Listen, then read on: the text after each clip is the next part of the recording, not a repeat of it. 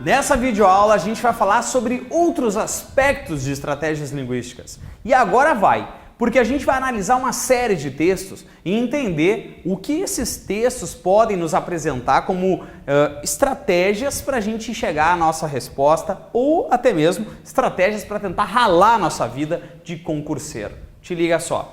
A primeira relação que eu quero te mostrar é que essas estratégias linguísticas a gente pode se agarrar numa série de expressões e de estruturas de gramática que podem nos ajudar a chegar à nossa resposta. A observação de palavras de cunho categórico. Aí a gente, meu Deus, César Belli, eu odeio português, não sei nem o que é isso. São palavras-chave como os tempos dos verbos, a relação dos advérbios, a relação de pontuação, enfim, expressões que vão limitar, expressões que vão generalizar, expressões que vão valorizar e os nossos tempos verbais, que é uma parte de gramática que ajuda também na interpretação, porque eu leio o tempo verbal e posso deduzir o que o cara está me dizendo.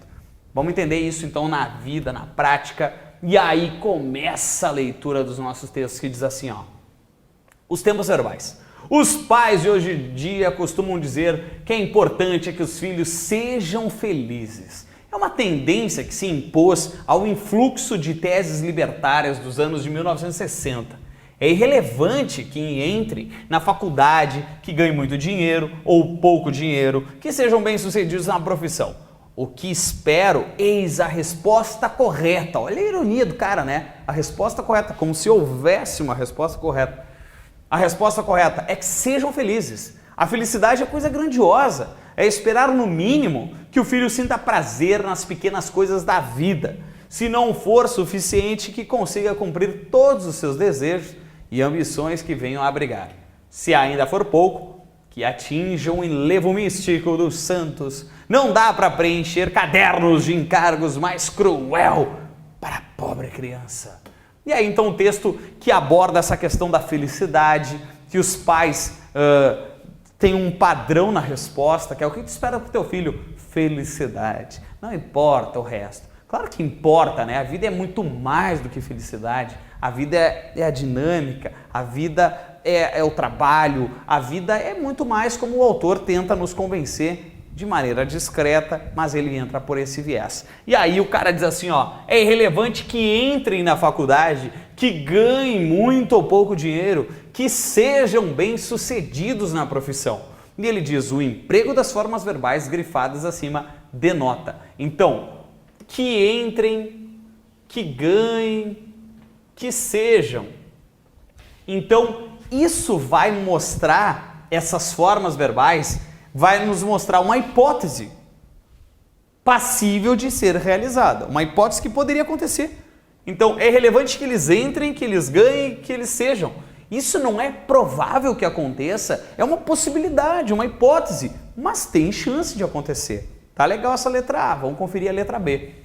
Fato real e definido pelo tempo? Não, porque quando também a gente sabe um pouco mais de gramática, a gente vai ver que esse que está aparecendo aqui, que apareceu aqui, que apareceu aqui, é um que chamado de conjunção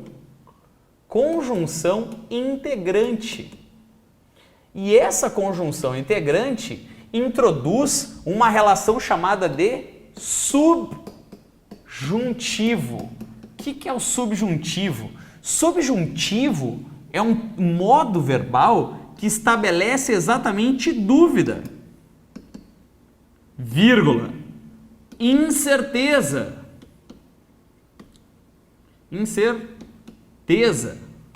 e a palavra-chave, possibilidade. Por isso que o estudo dos tempos verbais pode nos ajudar nesse processo de identificação. Então, não é um fato concretizado. A condição de realização de um fato. Opa, é que para ser condição, então eu vou usar a palavra ser, né? Eu vou usar a palavra caso, desde que, mas não é o que está estabelecendo ali. Quem está introduzindo aquele assunto é a conjunção integrante que. Depois, Finalidade das ações apontadas no segmento. Pessoal, para ser finalidade, eu deveria usar a preposição para. Ou a conjunção para quê? Não é o caso.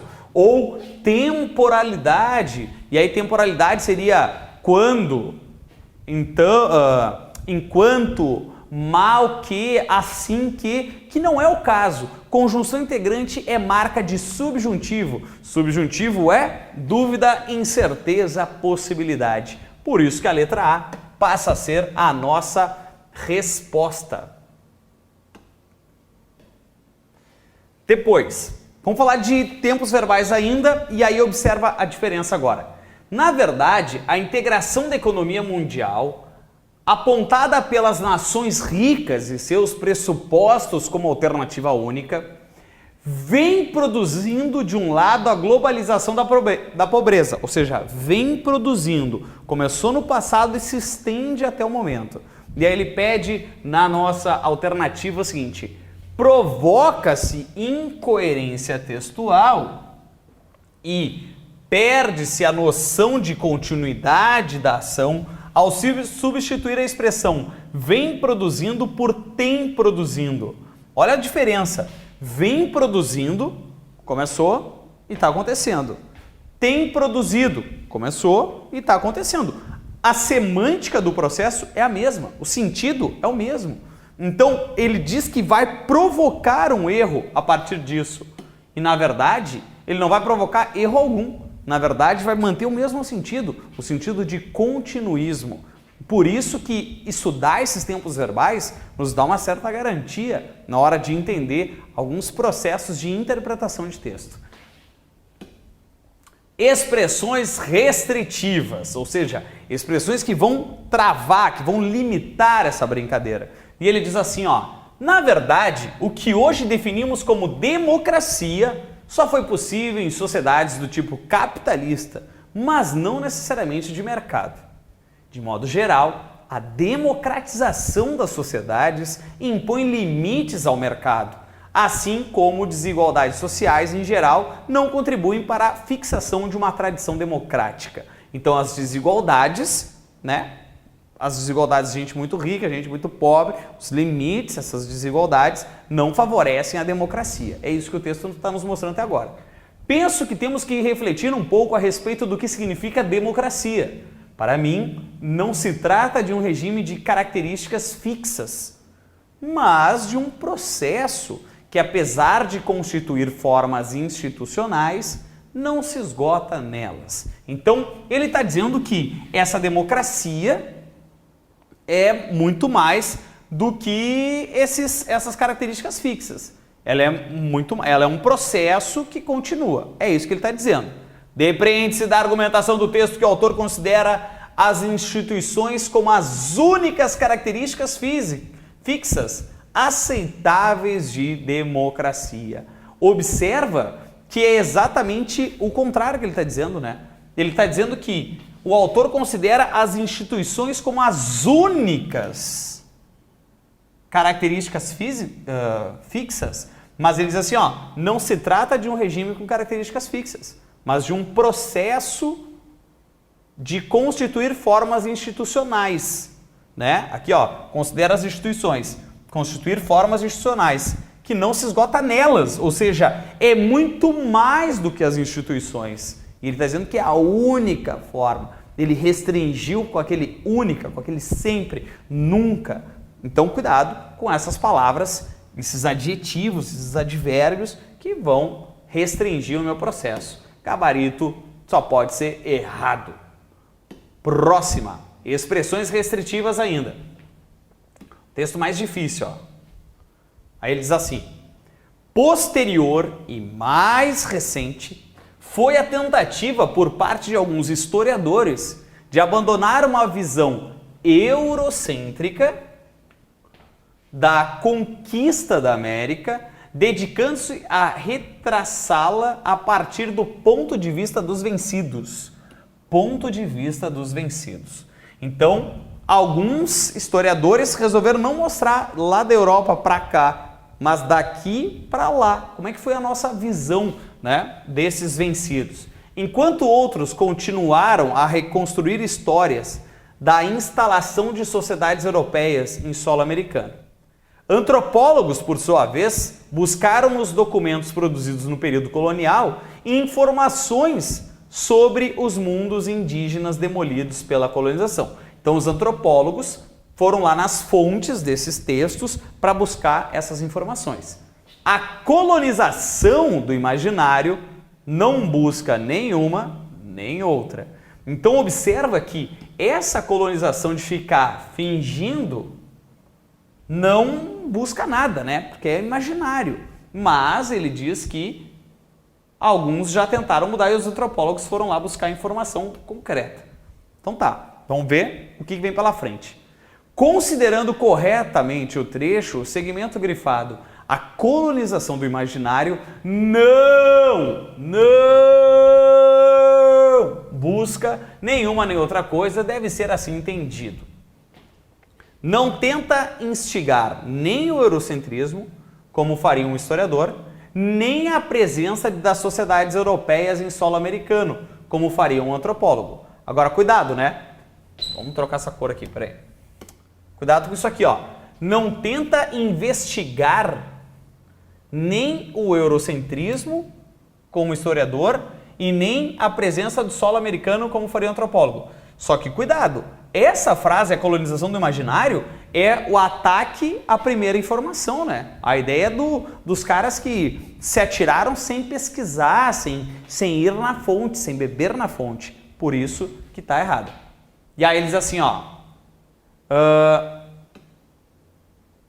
Quando ele diz assim, letra B, não quer reconstituir nada do que ocorreu no solo americano, vista que recentemente certos historiadores, ao contrário de outros, tentam contar a história do descobrimento da América como foi visto pelos nativos. Só que lembra que não são os certos historiadores, são os antropólogos que fazem isso. Então, tá fora a letra B. Na letra C, não pretende retraçar nenhum perfil. Ó, nenhum perfil dos vencidos ou dos vencedores. Nem a trajetória dos europeus na conquista da América. Ou seja, não serve para nada aquilo ali, né? A colonização do imaginário não serve para nada. É isso que está dizendo a letra C. Letra D. Não busca continuar a tradição de pesquisar a estrutura dos mundos indígenas e do mundo europeu, nem mesmo o universo dos colonizadores da América. De novo, não faz nada, né? Não busca nem a tradição, nem o novo. Não faz nada. Letra E.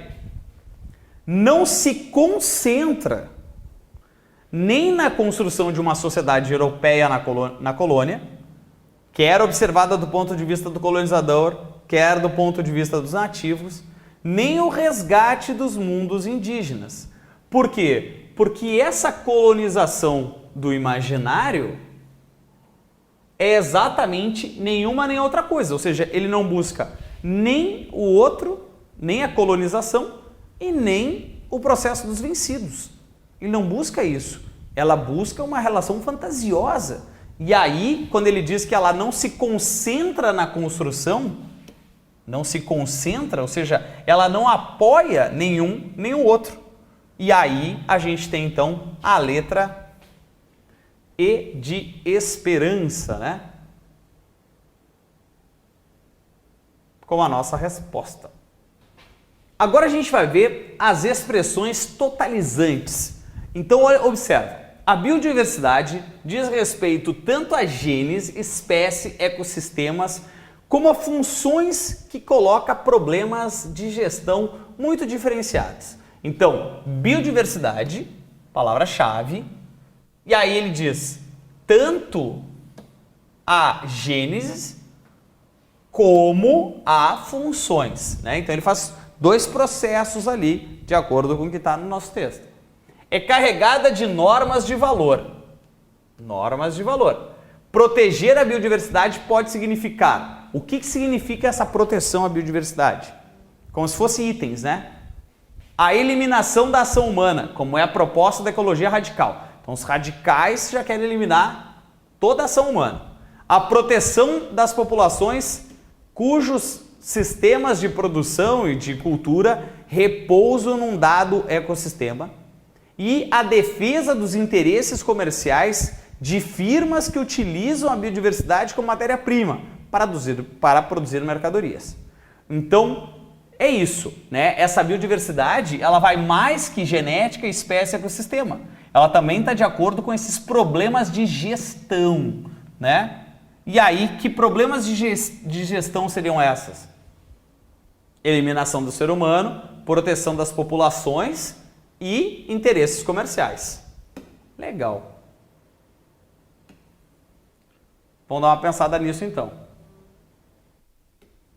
E ele diz assim, ó, de acordo com o texto, o tratamento da questão da biodiversidade do planeta. Então, o que esse texto mostra em relação a essa questão da biodiversidade? Diz ele aqui, ó, o principal desafio é conhecer todos os problemas dos ecossistemas. Meu Deus, mas aí vai ser um caos mesmo, né? Ele diz, olha, a gente tem que pensar isso. A gente tem que ter essas 3 possibilidades devem ser contempladas também. Então ele não diz que é todos os. Depois ele diz assim, ó, os direitos e os interesses comerciais dos produtores devem ser defendidos independentemente, olha aqui esse advérbio, ó, do equilíbrio ecológico. Não, isso é um dos pontos também, mas não é o único. Então, e essa palavra aqui, ó, independentemente do equilíbrio ecológico, não, ele fala que é da questão econômica, né? Mas não do equilíbrio ecológico. Deve-se valorizar o equilíbrio do ambiente. Boa! Ignorando-se os conflitos gerados pela terra e seus recursos. Cuidado com esse ignorando, né? Não é para ignorar nada. Tem que se considerar alguns aspectos. Letra D. O enfoque ecológico é mais importante do que o social, pois as necessidades das populações não devem constituir preocupação para ninguém. Pessoal, as necessidades não devem constituir? Claro que devem, né? Essas necessidades, tem 3 abordagens. Tem os radicais, tem os caras do planejamento, tem os caras do comercial, ou seja, tem que pensar em todo mundo. Letra E. Há diferentes visões em jogo, tanto as que consideram aspectos ecológicos, quanto as que levam em conta aspectos sociais e econômicos. Tá aí. A letra E, ela é mais abrangente. As outras restringem demais algumas opções. Notem que quando esse texto aborda, ele diz, olha, o ecossistema é um detalhe que a gente não pode esquecer, tanto dessa ideia ecológica, mas eu não posso desconsiderar que existem pessoas envolvidas nisso. E quando existem pessoas, existem outras considerações, como social, econômica. É disso que o texto trata. Então, a letra E de esperança vai ser a nossa resposta. Legal. Aí vem essa aqui, olha só. Esse texto é um texto mais trabalhado, assim, ele vai ser um pouco mais tenso, porque é um assunto também meio diferente. Olha só. Quando alguém ouve que existem tantas espécies de planta no mundo, a primeira reação poderia ser, certamente, com todas essas espécies silvestres na Terra, qualquer área com um clima favorável deve ter tido espécies em número mais do que suficiente para fornecer muitos candidatos ao desenvolvimento agrícola. Então a ideia do desenvolvimento agrícola por essa ideia. Mas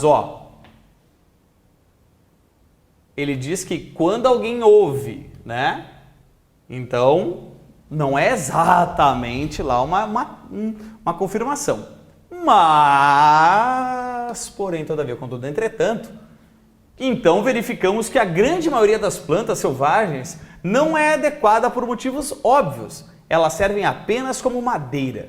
Não produzem frutas comestíveis e suas folhas e raízes também não servem como alimento. Meu Deus! E aí algo assustador. A gente pensa que com essa biodiversidade gigantesca, a gente deveria ter, então, alguma possibilidade de muito mais recurso. E aí vem o texto e diz, não, a maioria não serve para isso, né? Só serve como madeira. Das 200.000 espécies de planta selvagem, somente alguns milhares são comidos por humanos. E apenas algumas centenas são mais ou menos domesticadas. Então, olha só, tá, é gigante o número, mas a gente só consegue aproveitar poucas. Algumas milhares a gente ainda consegue comer e centenas domesticar. Dessas várias centenas de culturas, a maioria fornece suplementos secundários para a nossa dieta e não teriam sido suficientes para sustentar o surgimento de civilizações.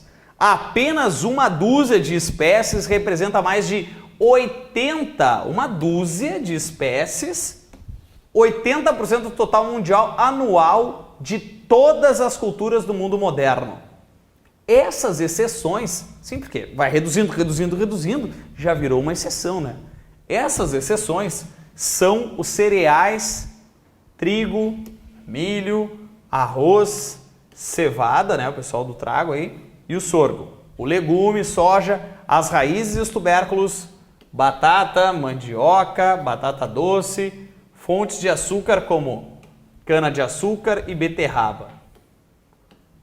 E a fruta banana. Somente os cultivos de cereais respondem atualmente por mais da metade das calorias consumidas por populações humanas no mundo. Quando a gente vê essa tonelada de coisa que a gente come, que a gente consegue aproveitar dentro da nossa cultura, aí a gente consegue entender a quantidade de outras culturas que a gente não consegue aproveitar. E aí sim fica gigante essa ideia. E aí ele diz aqui, ó. Com tão poucas culturas importantes, todas elas domesticadas milhares de anos atrás, é menos surpreendente que muitas áreas do mundo não tenham nenhuma planta selvagem de grande potencial. Nossa incapacidade de domesticar uma única planta nova que produz alimento nos tempos modernos sugere que os antigos podem ter explorado praticamente todas as plantas selvagens aproveitáveis e domesticando aquelas que valiam a pena. Então olha que legal isso. A teoria do cara é o seguinte, ó, o cara tem muita coisa, a gente usa tão pouco, mas mesmo assim, hoje, moderno, ninguém consegue achar uma nova planta que a gente consiga domesticar e começar a aproveitar isso. E aí é a teoria do cara. Porra, de repente todo mundo já pesquisou o que tinha que pesquisar sobre isso. É isso que o texto está nos mostrando. E aí eles aqui, ó. A argumentação do texto desenvolve-se no sentido de se compreender a razão por quê. Porque existiria uma dúzia de exceções dentre todas as espécies de plantas selvagens que seriam monopólio das grandes civilizações. Não é isso, né? A razão pela qual existem apenas uma dúzia de exceções não é o grande argumento do texto, né? Ainda, a argumentação do texto desenvolve-se no sentido de compreender a razão por que tão poucas dentre 200 mil espécies de plantas selvagens são utilizadas como alimento pelos homens em todo o planeta. Também não é a ideia. Ele até aborda um pouco isso, mas essa não é o grande argumento do texto. Então a argumentação do texto desenvolve-se no sentido de se compreender a razão por que algumas áreas da Terra mostram-se mais propícias ao desenvolvimento agrícola que teria possibilitado o surgimento de civilizações. Notem que o texto aborda exatamente esse aspecto. Um dos aspectos é, com tanta área, com tanta planta, por que a civilização nasce a partir de alguns? Por que são poucas as plantas que a gente consegue? Ou seja, será que lá, quando a gente experimentou outras que não foram domesticadas, não nasceu a civilização e aí a civilização nasce de onde seria possível? Então a argumentação do texto tem no sentido de compreender a razão por que essas áreas mostram-se mais propícias ao desenvolvimento agrícola. É essa a ideia que a gente tem na letra C. Então, o que é o problema da letra D? A maior parte das plantas é utilizada apenas como madeira pelos homens e não lhes fornece alimento com suas frutas e raízes. Mas observa que o argumento não é esse. Isso está lá no texto, mas não é o argumento do texto. O argumento do texto é sobre essa civilização, né? Sobre as áreas da civilização. São os primeiros parágrafos.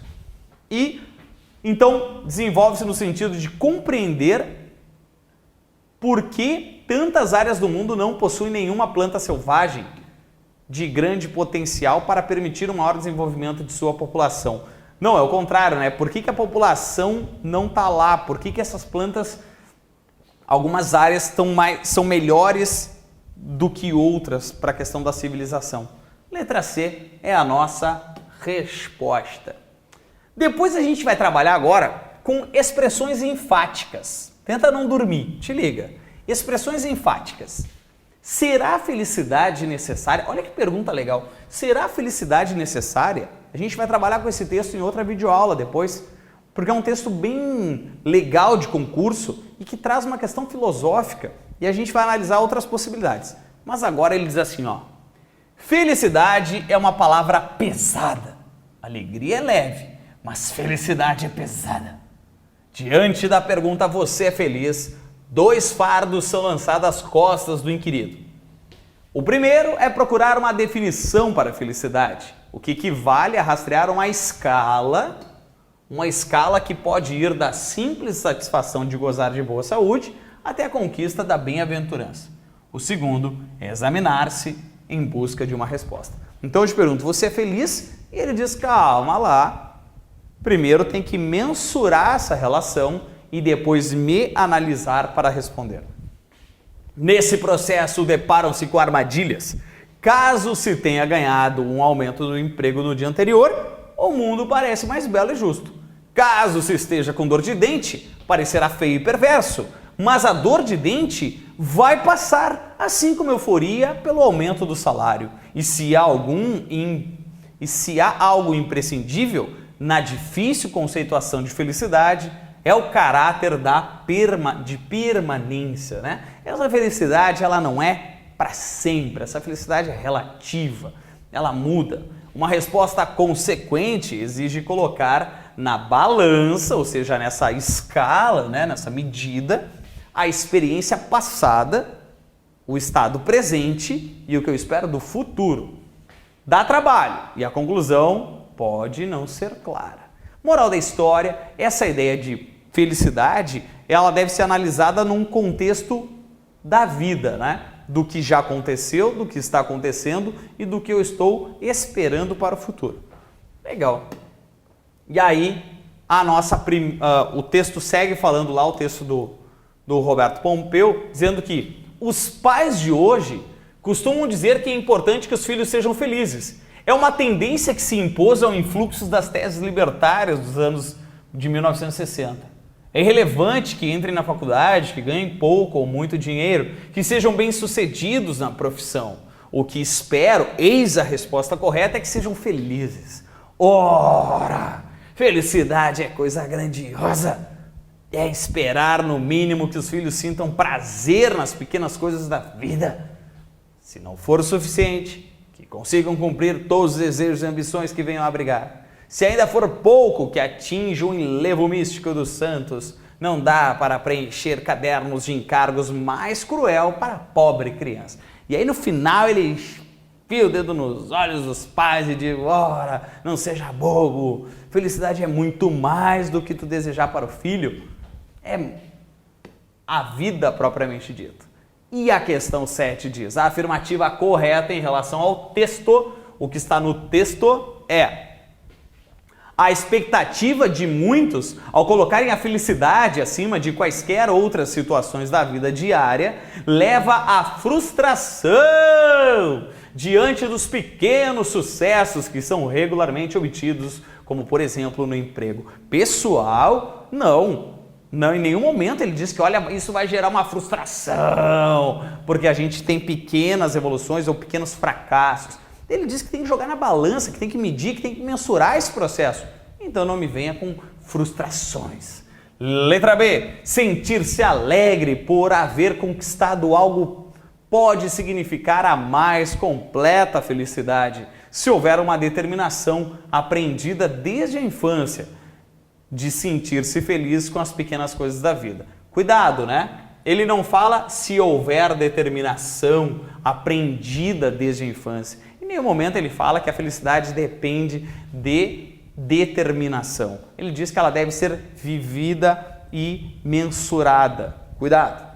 Na letra C, as dificuldades que em geral são encontradas na rotina diária levam à percepção de que a alegria é um sentimento muitas vezes superior àquilo que se supõe habitualmente trata-se de felicidade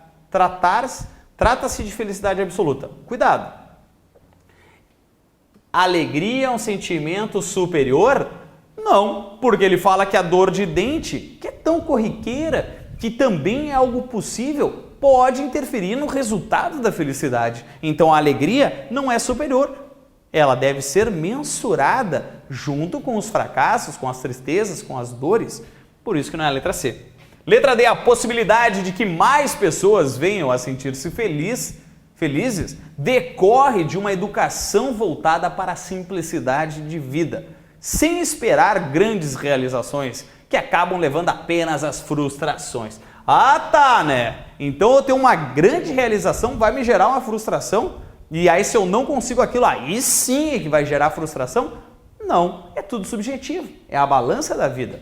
Letra E, uma resposta provável, provável, é a questão colocada como título do texto, remete à constatação de que a felicidade é um estado difícil de ser alcançado. Pessoal, é difícil, mas não é impossível, né? Boa, tá ponderado isso aqui, ó. A partir da própria complexidade de conceituação daquilo que se acredita ser a felicidade. Legal, tá aí a nossa resposta, porque é exatamente esse o detalhe. É difícil de dizer. É difícil. O que é a felicidade? E ele diz, cara, dá trabalho definir essa relação. Dá trabalho. É um estado provável, né? É difícil de ser alcançado, mas não é impossível, né? É a conceituação daquilo que se acredita ser. Se acredita, mas não necessariamente tem que ser. Tu vê que é uma relação ponderada, que é uma relação equilibrada para falar sobre o texto, né? Diferente das outras que tem que ter, a determinação, leva à frustração, não é ponderado, né? É uma relação mais geral, é mais, enfim, cuidado com as palavras, é isso que a gente tem que tomar cuidado. As palavras determinam exatamente o que a gente busca encontrar lá no texto. E aí ele diz assim, ó, geralmente a alternativa correta ou a mais viável é constituída por meio de palavras e expressões abertas, isto é, que apontam para possibilidades e hipóteses. É isso. Eu não posso ter um texto fixo, palavras fixas, os adjetivos, advérbios restringindo essa relação. Deixa um pouco mais aberto, né? Deixa um pouco mais possível essa ideia. E ele diz, provavelmente é possível. Futuro do pretérito, do indicativo, gostaria, modo do subjuntivo, que eu faça, ou futuro do pretérito. Então, estudaria, beberia e assim por diante. Exemplo. No Brasil colonial, os portugueses e suas autoridades evitaram a concentração de escravos de uma mesma etnia nas propriedades e nos navios negreiros. Essa política, a multiplicidade linguística dos negros e a hostilidade recíprocas que trouxeram da África dificultaram a formação de grupos solidários que retivessem o patrimônio cultural africano, incluindo-se aí a preservação das línguas. Então, essa política de separar a galera, essa quantidade de língua que a gente tinha e essa hostilidade entre esses grupos gerou uma série de dificuldades, né? E aí dificultaram a formação desses grupos que ficassem com essa cultura e aí as línguas também se perderam. Porém, alguns senhores, olha que legal isso, alguns senhores aceitaram as práticas culturais africanas e indígenas como um mal necessário à manutenção dos escravos. Alguns senhores falaram, cara, tem que deixar para os caras sobreviverem. Pelo imperativo de convertê-los ao catolicismo, alguns clérigos aprenderam as línguas africanas. Outras pessoas, por se envolverem com o tráfico negreiro, devem igualmente ter se familiarizado com as línguas dos negros. Então, vamos lá. Alguns donos desses escravos deixaram os caras manter a língua, manter a cultura. Alguns, para ensinar o catolicismo, também aprenderam. E, claro, os caras que trabalhavam diretamente com a questão da escravidão. Acerca do texto, são feitas as seguintes afirmações. O que a gente vai encontrar aqui, então, para a gente marcar? Os portugueses impediram totalmente a concentração de escravos da mesma etnia nas propriedades e nos navios negreiros. Ó, a gente vai ter uma questão de 1, 2, 3, clássica de prova. O que é o problema aqui? Eles impediram totalmente? É essa a relação que ele estabelece? Não. Por quê? Porque alguns conseguiram manter a relação da cultura. Então, a concentração de escravos das mesmas etnias nas propriedades dos navios? Totalmente não. Alguns conseguiram escapar. Então, isso é um problema. 2. A política dos portugueses foi ineficiente, pois apenas a multiplicidade cultural dos negros, de fato, impediu a formação. Cuidado, né? Apenas isso não. Teve uma série de fatores que ajudaram a manutenção dessa cultura. E aí ele diz assim, ó, apenas a multiplicidade cultural que impediu? Não. A questão da língua, a questão dos portugueses, dos donos, dos escravos, ou seja, tem uma série de fatores relevantes para isso. Cuidado com apenas, com totalmente, né? Esses advérbios aí avacalhando a questão. Depois, apesar do empenho dos portugueses, a cultura africana teve penetração entre alguns senhores e clérigos. Cada um, é bem verdade, tinha objetivos específicos para tanto. Percebe que essa questão, a número 3, ela é muito ponderada, ela é perfeita. Porque ele diz assim, ó, apesar, olha a concessão, né? Apesar do empenho, ou seja, se tentou, mas não conseguiu. A cultura africana teve sim, cada um por objetivos específicos. Bom, mas tudo bem, não dá nada, cada um no seu quadrado, já dizia o poeta. Letra C é a nossa resposta. Correta, apenas a 3. As outras são muito restritivas, né? Totalmente, apenas, advérbios fazendo a diferença nas nossas alternativas. E aí, para terminar, não desiste, está valendo um emprego, ele diz sobre macaco esperto. Chimpanzés, bonobos e gorilas possuem uma função cerebral relacionada à fala, que se pensava exclusiva do ser humano. Isso sugere que a evolução da estrutura cerebral da fala começou antes de primatas e humanos tomarem caminhos distintos na linha da evolução. O mais perto que os primatas chegaram foi gesticular com a mão direita ao emitir grunhidos. Considere as afirmações acerca do texto. E ele diz assim, ó, de acordo com o segundo período, a evolução da estrutura cerebral da fala está diretamente relacionada ao fato de esta ser atribuída tão somente aos humanos. Olha só, o que a gente tem aqui, ó?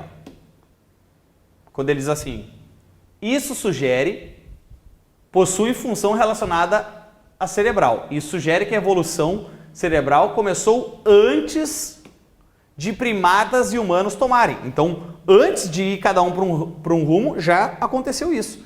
E aí, a questão pede, a evolução da estrutura cerebral está diretamente relacionada ao fato de ser atribuída tão somente aos humanos? Não, essa evolução já aconteceu antes. Esse processo já estava antes. Então, não é diretamente relacionada só aos humanos. Os seres cujos caminhos tornaram-se distintos durante o processo de evolução possuem ambos função cerebral relacionada à fala. É isso. É isso que ele fala. Que o processo antes de tomar rumo diferente é que aconteceu esse processo. Então, a 2 está certo. E 3, a estrutura cerebral dos primatas e dos humanos em relação à fala teria um ponto em comum. Exato. Nasceu numa mesma base e se abriu depois quando eles se separaram. Quais que estão corretos? É claro que a letra D, 2 e 3 passa a ser a nossa resposta. Essa videoaula serviu para a gente exercitar e sentir o clima de vários tipos de texto, de assuntos diferentes e de possibilidades de interpretação. Algumas mais elaboradas, outras menos elaboradas, mas a gente pôde testar um pouco do que encontrar numa prova. A gente segue falando em outras videoaulas de outras abordagens sobre o texto. Tenta acompanhar, não desiste, vale um emprego. Conta comigo.